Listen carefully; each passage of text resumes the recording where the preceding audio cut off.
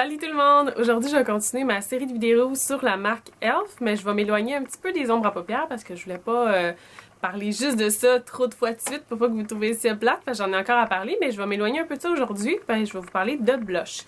Je vais vous parler des Baked Blush qui sont super bien, je les aime vraiment beaucoup. C'est des blushs qui peuvent quasiment passer pour des highlights parce que ça fait highlight et blush en même temps parce qu'ils sont tellement lumineux puis tellement comme plein de brillants que ça peut faire les deux en même temps. Le premier, c'est Pinktastic. Celui-là, si vous avez la peau plus foncée que moi, probablement qu'il va être plus un justement highlighter pour vous autres, un illuminateur, parce qu'il est assez pâle.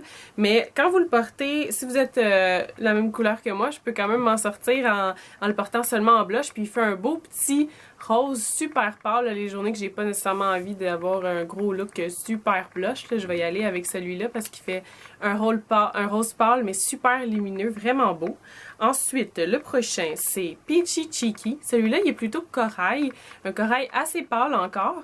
On dirait que les teintes se ressemblent quand même beaucoup. Il y en a 4 en tout, puis c'est quasiment du plus pâle au plus foncé, mais en variant un tout petit peu dans la teinte, mais vraiment pas beaucoup. Puis celui-là, c'est un corail, encore une fois, super lumineux, plein de brillant. C'est celui que je porte aujourd'hui, vraiment très bien, là, je le trouve super beau. Ensuite, le prochain, c'est Passion Pink. Celui-là, il est supposé être pink, mais je le trouve aussi corail. C'est quasiment la version un petit peu plus foncée du Pinktastic, je trouve. Il est rose, mais avec un petit peu de corail dedans, mais plus rose que corail. Mais encore une fois, super bien. Le dernier, c'est le Rich Rose, qui est le plus foncé de la gang. C'est un petit peu comme la version plus foncée du Peachy Cheeky, dans le fond. Il est super bien. Il est plutôt orange. Il est corail, mais qui tourne vraiment plus vers le orange plus que rose. Mais super beau, encore une fois. Je sais pas à quel point c'est vraiment utile d'avoir les 4, parce que je trouve qu'ils se ressemblent quand même pas mal. Moi, je les ai achetés pour les essayer.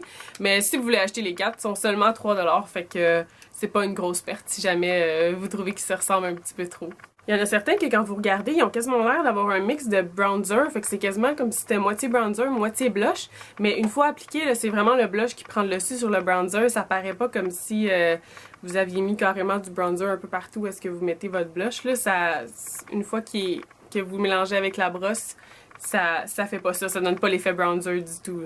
C'est des blushs qui donnent un teint tellement lumineux, fait que c'est vraiment une journée avec un teint lumineux si vous avez le goût de ça, là, avec ces blushs-là, ça fait super beau. J'essaie de faire attention par contre quand je vais avoir des boutons où est-ce que je mets mon blush, parce que évidemment quand on a quelque chose à cacher, la dernière chose à faire c'est de le highlighter, fait que dans ce temps-là j'essaie de faire un petit peu plus attention pour pas mettre ceux-là, je vais aller avec quelque chose de mat, mais autrement là, c'est des blushs super bien que j'aime beaucoup, que je recommande définitivement.